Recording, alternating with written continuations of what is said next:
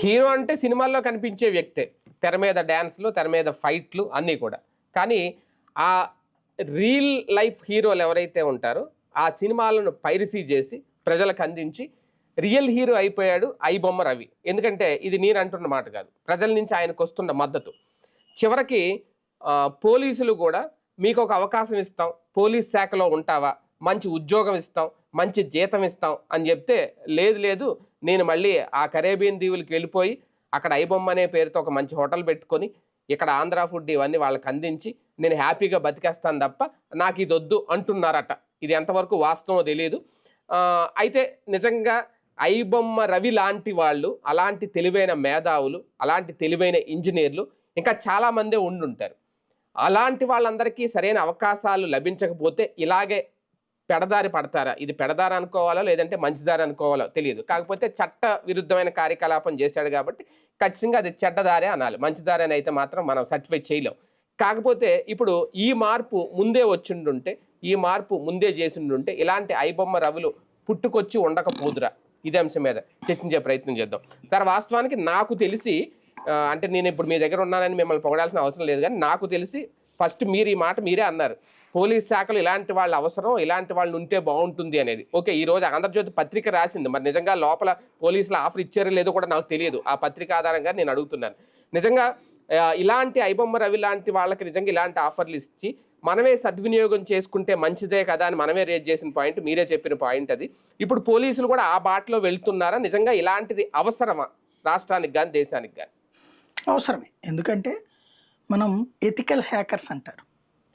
హ్యాకింగ్లో experience ఉన్నటువంటి వాళ్ళని ethical hacker. మీరు ఇప్పుడు గూగుల్ లేకపోతే పెద్ద పెద్ద సంస్థల వాళ్ళు ఏం చేస్తారంటే ఒక్కోసారి ఛాలెంజ్లు విసురుతారు. మాది బగ్ని వెతకండి, మీరు ఇన్ని కోట్లు డబ్బులు ఇస్తాం, లేకపోతే మీకు ఇంత భారీ ప్యాకేజ్ ఇస్తామని. వాటిని హ్యాక్ చేసి చూపెడితే వాళ్ళకి బోల్డ్ అంత ప్రయోజనాలు చేకూర్చుని ఉన్నాయి. ఎందుకని? ఆ సిస్టమ్స్ ఫైర్ ప్రూఫ్, అద్భుతం, మమ్మల్ని ఎవడు ఏం చేయలేడు అనుకునే సిస్టమ్ని వేరేవాడు క్రాక్ చేయగలిగాడంటే వాడు మన వాడి దగ్గర కంటే కూడా నాలెడ్జబుల్ పర్సన్ అని కదా. వాళ్ళకి ఆ విధమైన గౌరవాలు సాఫ్ట్వేర్ కంపెనీలు ఇస్తున్నాయి. నేను ఆ ఉద్దేశంతోనే చెప్పా రవి విషయం. ఎందుకంటే మనకి ఇవాళ చైనా, మీరు అరెస్ట్ అయిన రెండో రోజే రేట్ చేశారు ఆ పాయింట్. నాకు బాగా గుర్తు. రెండో రోజే మీ టైటిల్స్ కొట్టినప్పుడే నేను అనుకున్నా ఏంటి నిజమే కదా అన్నట్టుగా. నాకు బాగా గుర్తు, అందుకే చెప్తున్నాను అది. అదే చైనా, పాకిస్తాన్ లాంటి దేశాలతో పాటు అమెరికా, యూరోప్ దేశాలకు కూడా ప్రతి దేశానికి వాళ్ళ సైబర్ సైన్యం ఉన్నారు. అవును అవును. వాళ్ళు చేసే పని ఏంటి? శత్రు దేశపు యొక్క రహస్యాలు లాగటం, శత్రు దేశాన్ని కకావికలం చేయటం.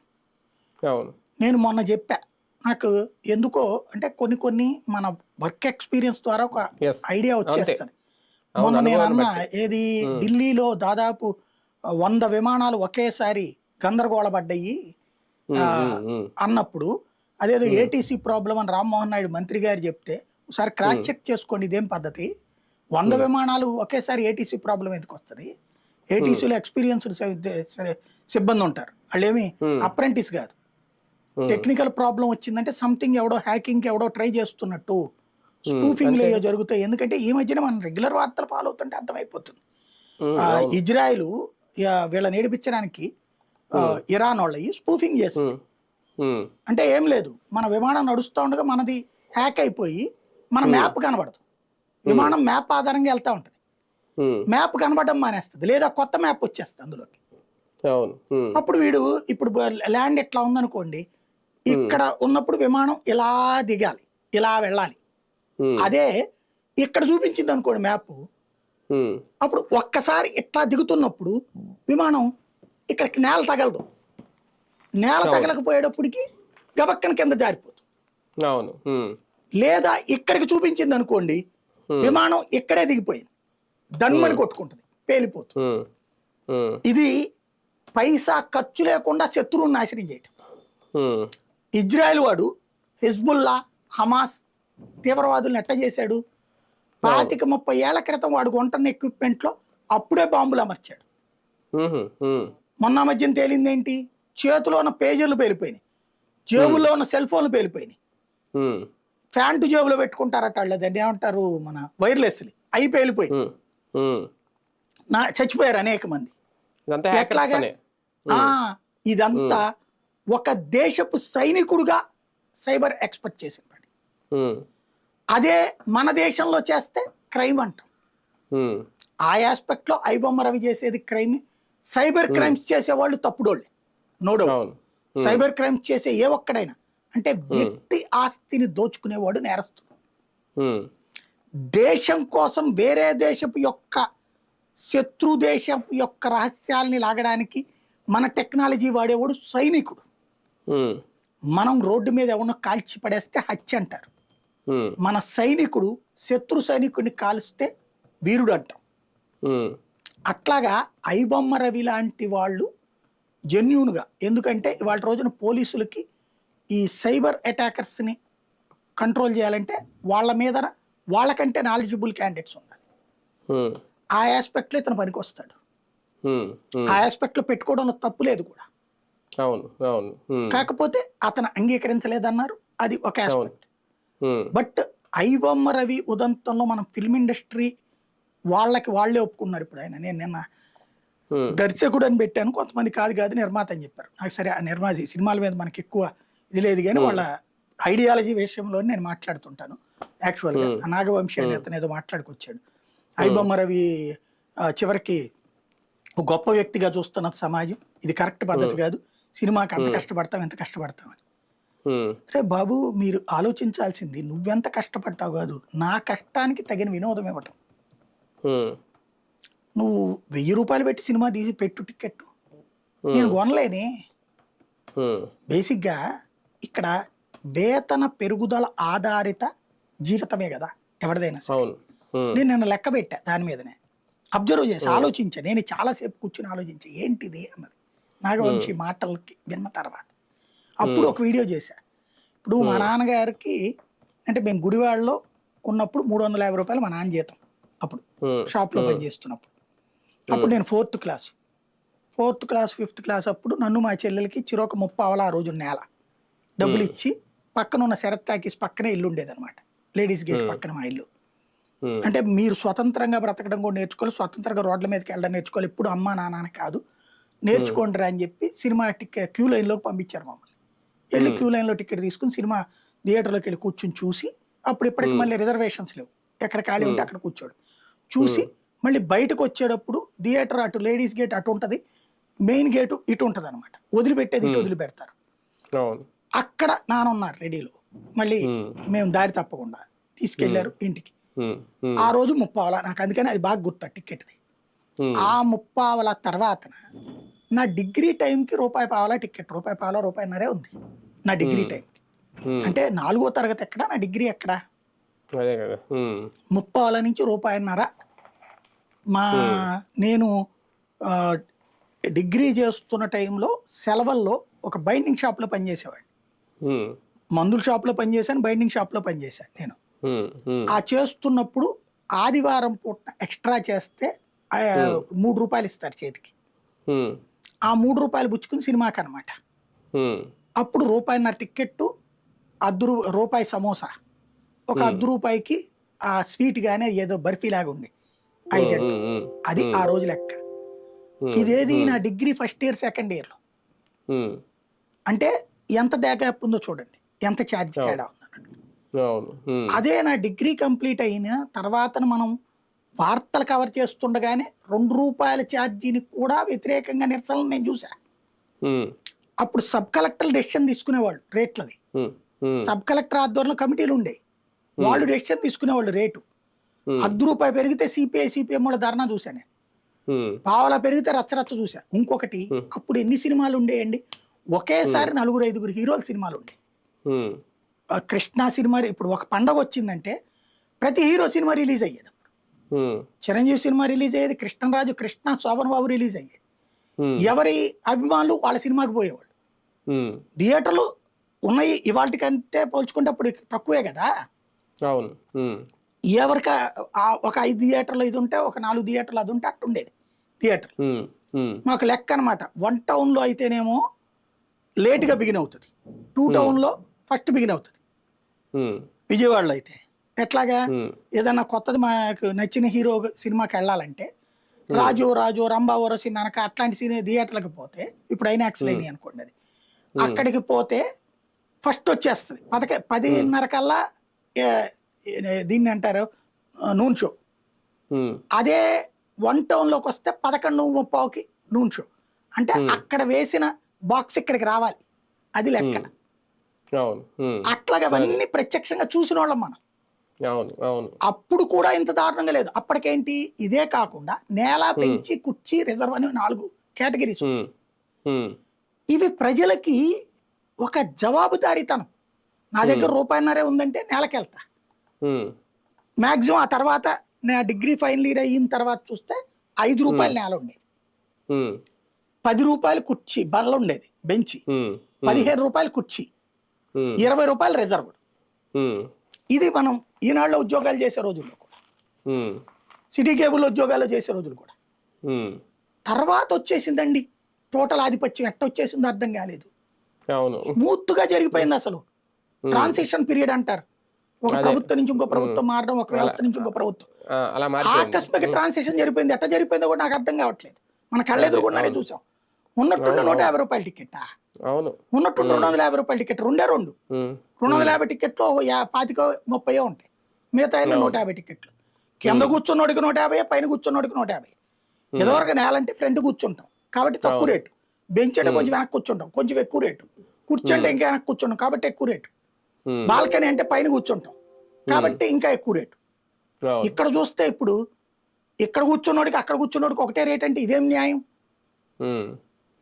అదొక ఎత్తు. రెండోది అప్డేట్ అయినాయి కదా సార్, థియేటర్లు అప్డేట్ అయినాయి, స్క్రీన్ లో ఏముందండి థియేటర్ లో చూసేటప్పుడు తేడా అయితే గీతే ఆ మెయింటెనెన్స్ అప్డేట్ అయింది, ఒప్పుకుంటాను దాన్ని. అంతే. ఆ రోజుల్లో అప్పుడు అప్డేట్ అయినాయి. సింహాసనం సినిమా అప్పుడే 70mm అవి చూసిన వాళ్ళం. 3D సినిమాలు కూడా చూసాం కదా. అప్పుడు అప్డేట్ అప్పుడే. నేను కూడా అప్పుడు షెడ్యూల్ వేసుకున్నాను, ఇప్పుడు ప్యాంట్ షర్ట్ వేసుకుని ఇన్షర్ట్ కూడా చేసుకుంటున్నా. మరి నేను అప్డేట్ అయ్యాను కదా లెక్కనైతే. కాబట్టి అప్డేషన్ కి తగ్గట్టు తీసుకోను, తప్పులే. అప్పుడు అప్డేషన్ కి తగ్గట్టు ఇప్పుడు లేదే. ఇంకోటి, నాకు చాయిస్ లేకుండా చేస్తున్నావు కదా నువ్వు. నాకు థియేటర్ ఉండదా? ఒక సినిమా వస్తే, ఒక హీరో సినిమా వస్తే ఇంకొకటి సినిమానే వేయడానికి లేదా? ఇదే ఎంత మార్గం అండి సార్? మీకు గుర్తుంటే చిన్నప్పుడు థియేటర్కి వెళ్ళిన తర్వాత మనం ఆ గేట్ దగ్గరికి వస్తే గేట్ బయట ఆ మెస్సల్లోంచి అమ్మేవారు, పల్లీలు కానీ బఠానీలు కానీ ఇలా సమోసాలు. అసలు ఇప్పుడు కంప్లీట్ అయి లేవు. అది దాదాపుగా చిన్నప్పుడు కూడా కాదండి, నా డిగ్రీ అయిన తర్వాత కూడా. ఇప్పుడు మా సితారా థియేటర్, స్వాతి థియేటర్, లేకపోతే మా విజయవాడలో శేష్ 90s వరకు ఉన్నట్టున్నాయి అవి. 90s అంటే 2000 దాకా కూడా ఉన్నాయా? 2000 దాకా ఉంది. 2000 తర్వాత నిదానంగా పెత్తనం చేయడం బిగించేసింది ఫిల్మ్ ఇండస్ట్రీ. ప్రజల మీద పెత్తనం చేయడం బిగించేసింది. ఆ పెత్తనపు పర్యవసానం ఇదంతా జరుగుతుంది ఇప్పుడు. అప్పుడు అది ఉపాధి కూడా బయట వాళ్ళకి, పాపం బయట అమ్ముకునేవారు, లోపల క్యాంటీనోడు వాళ్ళ మీద ఏడుస్తుండేవాళ్ళు. ఇప్పుడేంటి, ఆ బయట ₹3 దొరికేది ఇప్పుడు లోపల ₹300 పెడుతుండే. ముందు ఏం అక్కర్లేదు, ఒకటి థియేటర్లోని హోటళ్ళకి ఏదైతే ఆ క్యాంటీన్ల తిండి బయట దాని అంత తక్కువకి ఇవ్వని నేను చెప్పా. బయట దాని మీద 10% వేసుకోండి. 10% వేసుకోవడం కరెక్ట్, కానీ ఏకంగా 100% కాదు 1000% పెంచేస్తే ఎట్టా బతుకుతారు జనాలు? అది కదా కావాల్సినటువంటిది. 1000% పెంచేశారు. నేను ఇక్కడ ఇందాక చెప్పింది మా నాన్న జీతం అని ఎందుకన్నానంటే, ఆ రోజున 350 ఉన్నప్పుడు 30 ఉన్న టికెట్ తర్వాత ఆయనకి 1200 జీతం వచ్చే టైంకి ₹1.50 అయింది. అంటే నా 4th క్లాస్ నుంచి నా డిగ్రీ దగ్గరికి ₹1.50 అయింది. కానీ ఇప్పుడేంటి, ఏకదం 150, 200 అంటే ఎన్ని రెట్లు పెరిగినట్టు ఆ లెక్కన. పోనీ ఆదాయ వనరులు ఆ స్థాయిలో పెరిగినాయా? ఇవాళే ఏదో సంస్థ లెక్క ఇచ్చింది, భారతదేశపు వ్యక్తి యొక్క సగటు జీతం 28,000. సగటు జీతం 28,000. 28,000 జీతం సంపాదించేటటువంటి వాడు ఆ రోజుల్లో అద్దె ఎంతండి?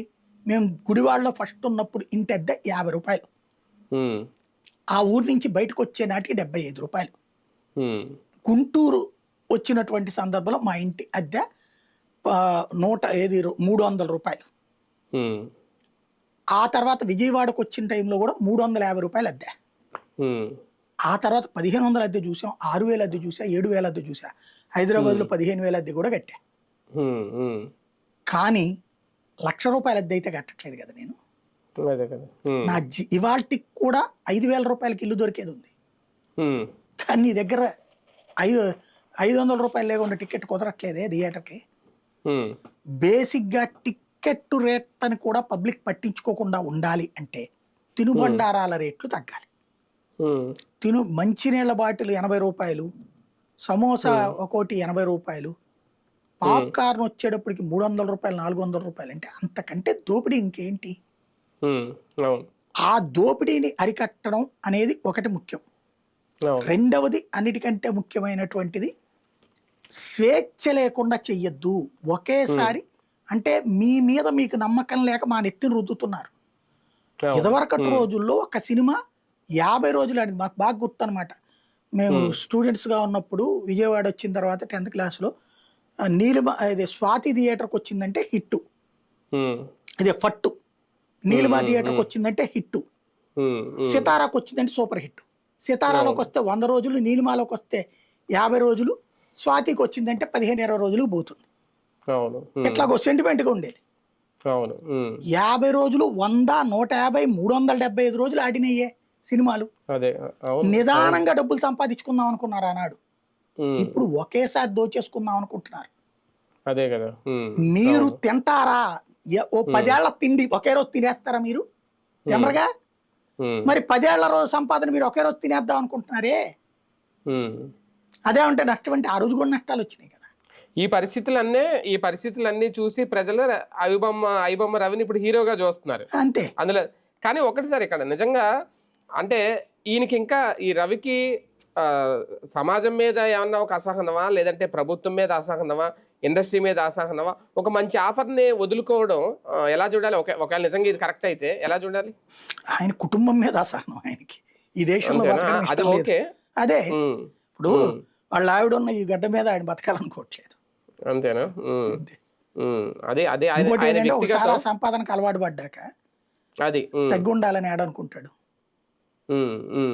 కానీ ఇలాంటి యువత చాలా మంది ఉంటారు కదా సార్, రాష్ట్రంలో కానీ దేశంలో కానీ.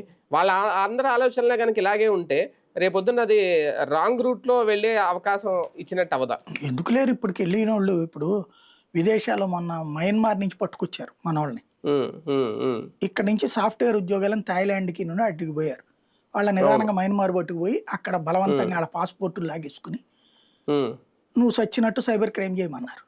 చచ్చినట్టు చేశారు. ఇప్పుడు వాళ్ళని తీసుకొచ్చారు కదా, వాళ్ళకి సైబర్ క్రైమ్స్ ఎట్ట చేయాలో తెలుసు.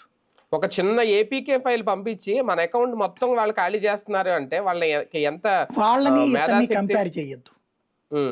ఇతను ఫిల్మ్ ఇండస్ట్రీ మీద పగబట్టాడు. అవును, కానీ సైబర్ క్రిమినల్ అనేటటువంటి వాళ్ళు ఎవరైనా క్రైమే. ఈవెన్ ఐబొమ్మ రవి కూడా క్రిమినలే. కాకపోతే అతను ఈ క్రైమ్ చేయటం వల్ల చర్చకు వచ్చింది ఈ అంశం. అంతవరకు రైట్, అంతవరకు నేను అనేది కంపేర్ చేయట్లేదు. వాళ్ళు కూడా ఇలాగా ఎంతో మేధాశక్తి ఉన్న మేధావులు అలా తప్పుదారి పడుతున్నారు కదా. అవకాశాలు రాకపోతే ఎవడైనా చెడిపోతాడండి. అవకాశాలు కల్పించాల్సిన బాధ్యత ప్రభుత్వాలది. అవును, రైట్. చూద్దాం. మొత్తానికి ఐబొమ్మ రవికి ఒక మంచి అవకాశం ఇచ్చిందా నిజంగా ప్రభుత్వం? అదే కనుక ఇస్తే ఆయన రిజెక్ట్ చేశారా, వద్దనుకున్నాడా? ఆయన ఆ కరేబియన్ దీవులకి వెళ్ళి ఏ హోటల్లో పెట్టుకుని బతికేస్తారంటున్నారు. యువతకి రేపొద్దున్న ఇక భవిష్యత్తులో ఎలాంటి భరోసా కల్పిస్తుంది ప్రభుత్వం అనేది కూడా ఒక పెద్ద ప్రశ్న. ఇలాంటి మేధావులు మరి వాడుకుంటారా, లేదంటే ఇలాగే వదిలేస్తారా? ప్రభుత్వం చేతుల్లోనే ఉంటుంది.